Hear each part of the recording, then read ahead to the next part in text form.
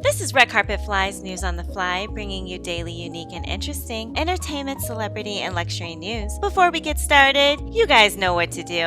Like, follow, and subscribe to Red Carpet Fly, and hit that notification bell so you don't miss a single News on the Fly episode. Okay, let's hop into these headlines. Zendaya's Euphoria becomes second most watched show in HBO history. Fans of HBO hit teen drama Euphoria have driven the show to become one of the platform's most popular outputs ever. According to an Essence article, Sunday night's season 2 finale drew in 6.6 million viewers across HBO and HBO Max streaming. Euphoria gained the unique distinction of becoming the premium network's second most viewed show of all time, only trailing the insanely popular Game of Thrones. According to Variety, the Zendaya-led drama has been the top title on HBO Max in the US for 7 straight weeks, also topping the streaming giant's selections in Latin America and Europe. A breakout hit in 2019, the show follows the tumultuous, intertwined lives of modern teens. Centered around the ongoings at the fictional East Highland High and a non-specific suburban US town, the show centers on Rue, a 16-year-old, still reeling from the tragic loss of a parent, as she grapples with family bonds, relationships, and friends amid an intense addiction to opioids.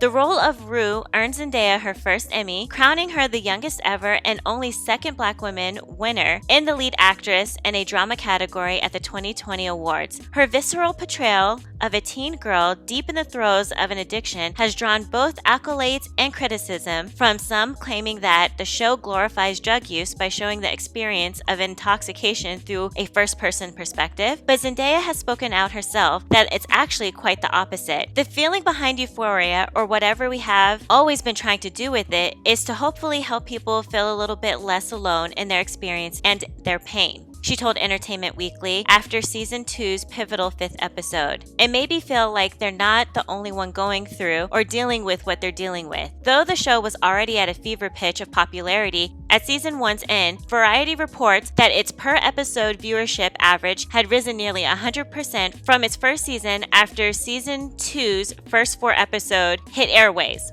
The show hit a new viewership high when it aired just after the Super Bowl on Sunday, February 13th. This news comes just as the show was officially renewed for a 3rd season. Unfortunately for Euphoria's rabid fan base, the next season won't be coming out to our screens until sometime in 2024. I don't watch Euphoria, but everyone tells me this show is so good. Is it really? I feel like I won't be able to relate. If you watch the show, let me know in the comments. What makes this show so good? Cartier files lawsuit against Tiffany & Co., alleging stolen trade secrets. Cartier has brought a lawsuit against Tiffany & Co., and former employee in the New York courts alleging infringement of trade secrets. According to Women's Wear Daily, Cartier, a subsidiary of Richemont, claims that Tiffany, the prized new gem under rival LVMH Moet Hennessy Louis Vuitton's umbrella, hired a junior Cartier employee with the intention of soliciting insider information about its high jewelry collection from her. Plaintiff Cartier has not only uncovered direct evidence of a former employee's unlawful taking of Cartier's valuable confidential information and trade secrets, but through determined investigation, Cartier has also opened a window into Tiffany's disturbing culture of misappropriating competitive information, the suit says. It goes further to allege that Tiffany's middle and senior management used quick money and title advancements to lure away an unqualified employee from a successful competitor, knowing that she lacked the experience and knowledge to perform a high jeweler manager role. Immediately upon hire, Tiffany's president for the Americas met with its junior manager for the express purpose of obtaining information about Cartier, openly asking for highly valuable, detailed confidential information that would foster unfair competition, while in the same breath disparaging Cartier in an unseemly manner. Fully disregarding the new manager's confidentiality and non-solicitation contractual obligations to Cartier, Tiffany's president for the Americas asked her to assist Tiffany in soliciting great talent from Cartier. Tiffany said in a statement about the suit, "We deny the baseless allegations and will vigorously defend ourselves." A representative for Cartier relayed, Cartier has filed a complaint against Tiffany & Company with the commercial division of the New York Supreme Court, claiming, among other things, unfair competition. The basis of the complaint is alleged attempts by Tiffany's senior management in the U.S. to improperly secure proprietary information about Cartier's jewelry activities in the U.S. from a former Cartier employee. The former employee who left to work for Tiffany is also named in the complaint.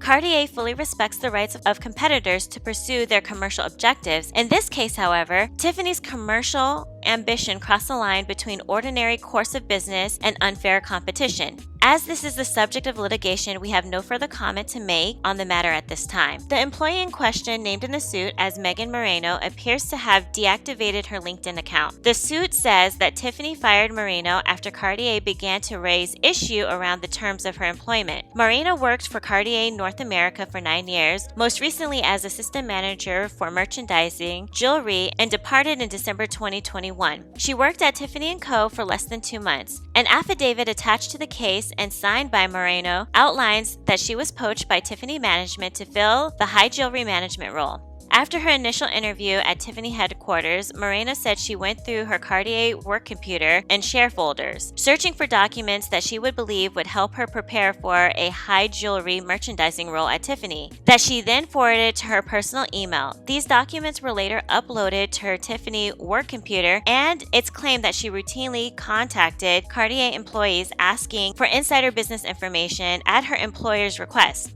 Tiffany's higher jewelry division has been a key part of the jeweler's evolution under LVMH's stylized rebrand. In July, Tiffany hired Natalie Veridelli, Cartier's longtime creative director for jewelry, as its new vice president, artistic director of jewelry and high jewelry. It is understood that at Tiffany, LVMH leadership hopes to create a visual marriage between management's French savoir-faire and Tiffany's distinctive American sensibilities. Cartier is seeking the return of its trade secret documents and assurance that its revealed secrets will not influence future business decisions made at Tiffany's, as well as compensation.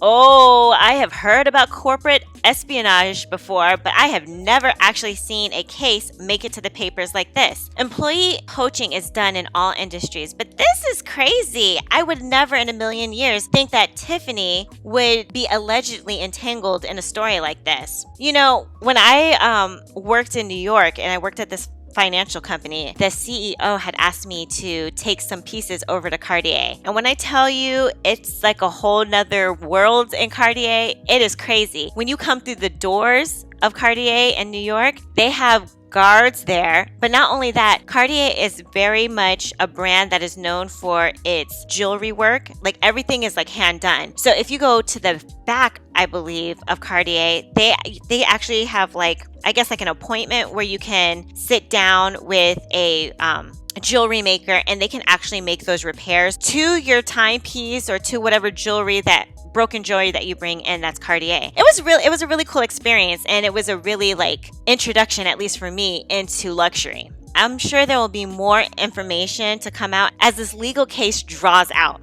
TikTok stretches out with 10-minute videos. The era of long-form TikTok begins. Short video platform TikTok needs a new description as the company moved past its most distinguishing trait with new support for 10-minute videos on Monday. As alerts began popping up on headsets, the developer confirmed to Women's Wear Daily that it has indeed begun rolling out the global update for its mobile app and website. We're always thinking about new ways to bring value to our community and enrich the TikTok experience. Last year, we introduced longer videos, giving our community more time to create and be entertained on TikTok, a spokeswoman explained in a statement provided to Women's Wear Daily, referring to the change in July 2021 that bumped up the maximum length from 1 minute to 3 minutes. Today, we're excited to start rolling out the ability to upload videos that are up to 10 minutes, which we would hope would unleash even more creative possibilities for our creators around the world. Ironically, TikTok's pursuit of longer formats comes as social media platforms try to replicate the revival's popularity of short videos, with Snapchat, YouTube, and Facebook's Meta developing their own offerings. But Monday's effort looks more like a direct strike at YouTube, which caps length at 15 minutes, at least by default. Taking on YouTube looks like a David and Goliath scenario. The post-Trump era saw a meteoric rise for TikTok, with a whopping 142% growth in 2021 revenue on a year-over-year basis, according to an analysis by Business of Apps.